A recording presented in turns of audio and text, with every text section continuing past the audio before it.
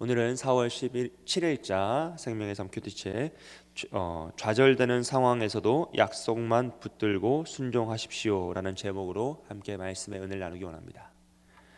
모세는 하나님의 말씀에 순종하여서 다시 애굽으로 갔습니다. 그 과정이 물론 순탄하진 않았지만 말씀에 순복하여서 그는 다시 애굽으로 돌아갔고 형 아론을 만나서 이스라엘의 장로들과 또 모든 백성들에게 하나님의 구원을 선포하였습니다.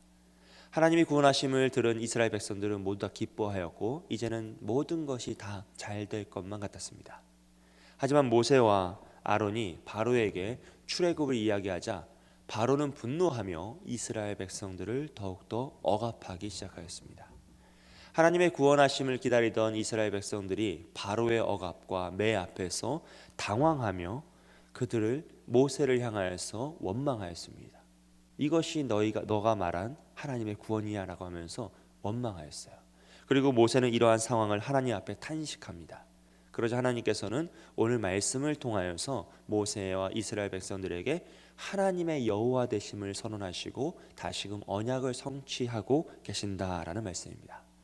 오늘 말씀을 역시나 모세의 입장과 하나님의 입장으로 나누어 살펴보길 원합니다. 첫째로 모세의 입장을 살펴보면요, 참 인간이란 존재는 이미 예고된 고난임에도 불구하고 그 고난이 실제화되었을 때, 우리의 삶에 실현되었을 때 언제나 무너지고 힘들어하고 쓰러지는 연약한 존재다라는 것을 알 수 있습니다. 하나님께서 모세를 부르실 때 네가 가서 바로에게 말하면 바로가 바로 이스라엘 백성들을 다 내보내 줄 거다, 모든 것이 물 흐르듯이 다 잘 될 거다라고 말씀하지 않으셨어요. 하나님께서는 모세에게 바로가 완악하여져서 이스라엘 백성을 잘 보내지 않을 것이지만 하나님의 강한 손으로 애굽을 무너뜨리고 이스라엘 백성을 구원해낼 것이다라고 설명하세요. 무엇입니까? 그 길이 순탄하지 않을 거다, 그 길이 쉽지만은 않을 거다라는 것을 다 설명해 주셨다는 거예요. 4장 21절 말씀을 보시면 여호와께서 모세에게 이르시되 내가 애굽으로 돌아가거든 내가 내 손에 준 이적을 바로 앞에서 다 행하라. 그러나 내가 그의 마음을 완악하게 한즉 그가 백성을 보내주지 아니하리니라고 이미 말씀하셨다는 거죠. 바로의 마음이 완악해져서 이스라엘 백성을 잘 보내주기 싫어할 거다. 그래서 그 과정이 쉽지는 않을 거다라고 하나님은 이미 모세에게 말씀하셨습니다. 하지만 그 어려움이 정말로 모세 앞에 실현되자 어떻게 됩니까? 모세는 흔들리기 시작해요. 이스라엘 백성들 역시 마찬가지였습니다.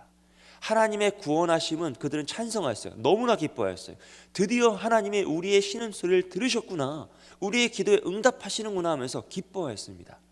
하지만 그 구원을 이루어내는 과정 가운데 나타나는 고난에는 동참하고 싶지가 않은 거예요.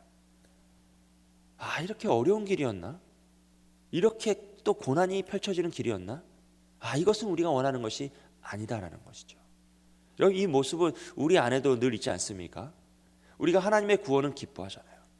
하나님의 축복은 기뻐합니다. 하나님의 은혜는 언제든지 주님 주십시오, 너무나 좋아해요. 그런데 구원받은 자, 성도로서의 온전한 삶의 책임, 먼저 은혜 받은 자의 책무는 회피할 때가 있다라는 것이에요. 여러분, 먼저 은혜 받은 자, 먼저 구원받은 자에게 그만큼 책임이 있고 그만큼 감당해야 할 역사가 있는 것입니다. 그런데 결국 이러한 연약한 존재들은 언약의 성취보다는 현재 편안함에 집중하는 모습을 더욱더 보이더라라는 것이에요. 이것이 인간이겠죠. 모세와 아론이 이스라엘 백성들에게 다시금 하나님의 언약을 선포합니다. 하나님이 이스라엘을 구원하실 것이고 약속의 땅을 주실 것이다 라고 선언해요. 그러자 이번에는 백성들이 어떻게 합니까? 싫어합니다. 그 전에는 하나님의 언약 구원하심을 듣고 이스라엘 백성을 다 기뻐했는데 이제는 싫다는 거예요. 왜 그렇습니까? 하나님의 언약은 멀리에 있고 바로의 매는 너무 가까이 있는 것이에요. 그래서 저 멀리 있는 하나님의 언약보다 우리는 지금 당장 우리를 치는 바로의 매가 두려우니 이제는 그런 언약이나 출애굽이나 약속의 땅 같은 말 하지 말고 지금 이 고난에서 벗어날 수 있는 길을 준비하라라는 것이었어요. 여러분, 이것이 인간의 연약함이죠. 당장 눈 앞에 있는 것에 사로잡혀서 하나님의 약속을 잊어버리는 것이에요. 근데 이런 모습은 모세 역시 마찬가지였습니다. 모세도 하나님께서 다시 바로게 가서 이스라엘의 구원을 이야기하라고 하자 뭐라고 합니까? 하나님, 이스라엘 백성도 내 말을 듣지 않는데 하물며 바로가 듣겠습니까? 매우 합리적인 변명을 하죠. 매우 합리적입니다. 그러고 나서 모세가 뭐라고 하냐면 자신은 입이 둔한 자입니다라고 이야기해요. 이것은 매우 감정적인 변명이죠. 여러분, 이 말은 언제 모세가 썼던 말입니까? 하나님이 이스라엘을 구원하러 애굽에 다시 가라고 할 때 모세가 5번이나 하나님의 말씀을 거부할 때 썼던 말이 이것이죠. 나는 입이 둔한 자다. 지금 모세는 또 하나님의 말씀에 변명하기 시작하는 거예요. 안 하고 싶은 거예요. 자신의 뜻처럼, 자신의 생각처럼 상황이 펼쳐지지 않자 아주 합리적인 변명과 함께 아주 감정적인 변명을 토로하면서 하나님 말씀에 불순종하기를 원하더라라는 것입니다. 여러분, 우리가 이런 모습이 있지 않습니까? 결국 실패와 좌절, 그 앞에서 하나님의 약속의 말씀을 놓쳐버리는 거예요. 분명 주일날 은혜를 받고 말씀을 붙잡고 그래, 할 수 있을 거, 하나님 나를 도우실 거야 하는데 당장 월요일날 내 생각대로 나의 삶이 펼쳐지지 않으면, 당장 교회를 나서면서부터 내 뜻대로 이 일들이 펼쳐지지 않으면 또 넘어지고 또 좌절하더라는 것이죠. 여러분, 이것이 인간의 모습입니다. 작은 실패와 작은 고난 앞에서 모세와 백성들은 모두 흔들립니다. 그리고 우리 역시 그렇게 흔들리며 살아간다라는 것이죠. 그런데 이렇게 연약한 인간일지라도 소망이 있는 것은 하나님은 여전히 우리를 붙잡고 계신다는 사실 때문입니다. 오늘 말씀을 하나님의 입장으로 한번 다시 살펴보기 원해요. 하나님은 탄식하는 모세에게 첫째로 하나님의 여호와 되심을 선언하십니다. 하나님은 하나님의 신성과 능력과 사랑을 선언하세요. 하나님 모든 것을 아시며 모든 것을 이루시며 모든 것을 해줄 것이다라는 아주 놀라운 축복을 다 말씀하시면서 모세에게 바로에게 집중하지 말고 여호와 하나님에게 집중하라고 말씀하시고 계십니다. 여러분, 우리가 나와 이 세상에 집중하면 우리는 흔들릴 수밖에 없어요. 왜냐하면 세상은 너무나 거대해 보이고 나는 너무나 초라해 보이기 때문입니다. 하지만 우리가 여호와 하나님께 집중하면 우리는 이 고난 가운데서도, 이 환란이 많은 세상 가운데서도 흔들리지 않고 앞을 향하여 사명을 향하여 나아갈 수 있습니다. 왜 그렇습니까? 하나님은 여호와 하나님이시기 때문이에요. 능력의 하나님, 성취의 하나님, 모든 것을 창조하시고 주관하시는 창조의 하나님이시기 때문에 그 하나님께 집중하면 우리는 내 삶에 있는 작은 문제에 사로잡히지 않을 수 있다라는 것이에요. 지금 모세는 하나님 앞에 그 말씀을 듣고 있습니다. 너 지금 누굴 보고 있는 것이냐? 바로가 아니라 나를 봐야 한다. 내가 여호와다. 내가 너를 지켰고 내가 너를 살릴 것이고 내가 너를 세울 것이다 라고 말씀하시는 하나님을 보라라고 강조하고 계시는 거예요. 두 번째로 하나님은 모세에게 언약을 상기시키십니다. 이스라엘 백성들은 지금 현재의 어려움 앞에서 하나님의 약속의 말씀을 잃어버리고 있어요. 지금 눈앞에 바로의 매가 너무 무섭고 바로가 너무 커 보이니까 하나님의 약속의 말씀이 다 사라진 것처럼 느끼고 있다라는 것이에요. 그런 모세에게, 그런 이스라엘 백성들에게 하나님은 다시금 언약의 말씀을 성취시키시면서 너희가 내 말을 붙잡고 내 언약을 붙잡고 다시 일어나야 한다라고 강조하고 계시는 거예요. 4절 말씀을 보시면 가나안 땅을 그들에게 주기로 그들과 언약하였더니 5절 마지막에 나의 언약을 기억하노라. 13절 마지막에는 이스라엘 자손을 애굽 땅에서 인도하여 내게 하시니라. 할렐루야. 하나님께서는 아브라함과 이삭과 야곱에게 약속하셨던 그 언약을 다시 가지고 오세요. 그리고 모세에게 이 언약을 내가 기억하고 있고 내가 이것을 이룰 것이니 너는 이것을 붙잡고 일어나라고 말씀하시고, 이스라엘 백성에게도 내가 너희를 나의 백성으로 삼았고 나는 너희의 하나님이 될 것이다 라고 언약을 말씀하시면서 그들을 세우시더라는 거죠. 사랑하는 여러분, 우리가 우리에게 집중하고 우리의 문제에 사로잡히면 언약이 사라져요. 말씀이 사라지죠. 분명 주일에 말씀을 들었는데, 새벽마다 말씀을 들었는데, 하나님이 나를 사랑하시고 나를 붙드신다는 약속의 말씀을 들었는데 내가 문제에 집중하면 그 말씀이 사라져버리는 거예요. 여러분, 우리가 붙잡아야 할 것은 문제가 아니라 내 자신이 아니라 하나님의 말씀인 줄 믿습니다. 하나님 말씀을 붙잡으면 우리는 그 문제 앞에서 일어날 수 있어요. 문제에 사로잡히는 자는 하나님의 약속의 말씀을 계속 잃어갑니다. 사라져요. 아무리 들어도 아무리 읽어도 그것이 다 사라져버려요. 왜 그러냐면 내가 하나님 말씀이 아니라 나의 삶의 문제에 집중하고 있기 때문입니다.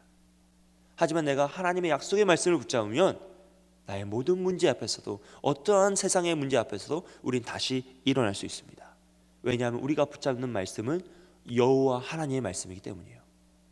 말씀을 붙잡는 자는 어떠한 상황 속에서도 소망이 있고 회복이 있고 성취가 있는 줄 믿습니다. 여러분, 하나님께서 여러분에게 주신 말씀을 잊어버리지 마세요. 그 축복의 말씀, 그 첫사랑의 말씀들을 너무 쉽게 포기하지 마십시오. 하나님의 말씀은 여전히 살아있고 여전히 우리를 만지시며 우리를 세우실 수 있는 능력의 말씀입니다. 그 말씀을 붙잡는 저와 여러분이 되시길 주님의 이름으로 축복드립니다. 세 번째로, 하나님께서는 이스라엘 백성들과의 관계를 다시 한번 성립시키세요. 모든 것을 포기하고 우울해 있는 이스라엘 백성들에게 하나님이 먼저 찾아가셔서, 하나님, 여호와 하나님은 저 멀리 계시는, 안 보이는 저 이상한 신이 아니라 너희의 아픔을 알고 너희의 애환을 알고 너희의 신음소리를 들으시는 여호와 하나님이다. 나는 너희의 하나님이다라는 것을 말씀하시며 이스라엘 백성과 하나님의 관계를 다시 회복시키시더라는 거예요. 6절과 7절 말씀을 보시면, 애굽 사람의 무거운 짐 밑에서 너희를 빼내며 그들의 노역에서 너희를 건지며 편팔과 여러 큰 심판들로서 너희를 속량하여 너희를 내 백성으로 삼고 나는 너희의 하나님이 되리니 나는 애굽 사람의 무거운 짐 밑에서 너희를 빼낸 너희의 하나님 여호와인 줄 너희가 알지라. 아멘. 여러분, 하나님은 우리의 모르시는 저 멀리 계시는 하나님이 아니라 우리의 모든 애환과 아픔과 슬픔을 아시고 우리를 건지시고 세우시고 빼내시는, 우리를 사랑하시는 하나님이신 줄 믿습니다. 그 하나님이 우리의 아버지 되시는 전능의 하나님입니다. 여러분, 이 사실을 잊으시면 안 돼요. 그 누가 뭐라고 해도, 우리가 어떠한 모습이고 어떠한 죄인일지라도 하나님은 여전히 우리의 아버지 되세요. 하나님은 결코 우리를 버리지 않으시고 포기하지 않으시고 우리를 외면하지 않으시는 사랑의 하나님 아버지이세요. 우리를 위해 자신의 생명까지 내어 던지시는 참된 아버지가 바로 하나님 아버지인 줄 믿습니다. 그 아버지를 힘입어 우리는 살아가야 합니다. 다른 그 무엇이 아니라 나를 사랑하시고 오늘도 붙드시는 그 하나님 아버지를 붙잡을 때 우리는 이 삶을 온전히 살아갈 수 있고 사명의 길을 온전히 걸어갈 수 있는 줄 믿습니다. 마지막으로, 하나님은 하나님의 말씀을 성취하신다라고 약속하고 계십니다. 내가 너희에게 모든 한 말은 단 하나도 땅에 떨어지지 않는다. 내가 너희에게 먼저 주었던 그 언약은, 너희의 슬픔과 너희의 고통을 다 해결하겠다는 약속의 말씀은 반드시 이루어진다라고 선언하고 계세요. 그것이 무엇이냐면 바로 여호와라는 뜻입니다. 나는 여호와로다. 나는 여호와로다. 하나님의 것을 오늘 말씀에서 5번이나 반복하시면서 나는 전능의 하나님, 나는 능력의 하나님, 나는 언약의 하나님, 나는 창조의 하나님, 나는 너희를 지키는 하나님이니 걱정하지 말아라. 내가 너희를 세울 것이고 지킬 것이고 바로의 손에서 건질 것이고 너희에게 약속의 땅을 허락할 것이고 내가 너희의 하나님이 되고 너희는 나의 백성이 되어 우리는 끝까지 함께 갈 것이다 라고 하나님 스스로를 보증시키시면서 나아가시는 거예요. 다른 그 무엇이 아니라 하나님의 이름으로 하나님의 말씀을 보증하시면서 나아가십니다. 무엇입니까? 하나님이 하나님의 약속을 반드시 지키시겠다라는 언약이신 거죠. 여러분, 우리는 우리의 힘으로 가는 것이 아니라 하나님의 이름을 붙잡고 나아갈 때 승리할 수 있습니다. 그 하나님을 붙잡을 때 우리는 모든 약속을 성취할 수 있습니다. 우리에게 필요한 것은 무엇입니까? 바로 믿음입니다.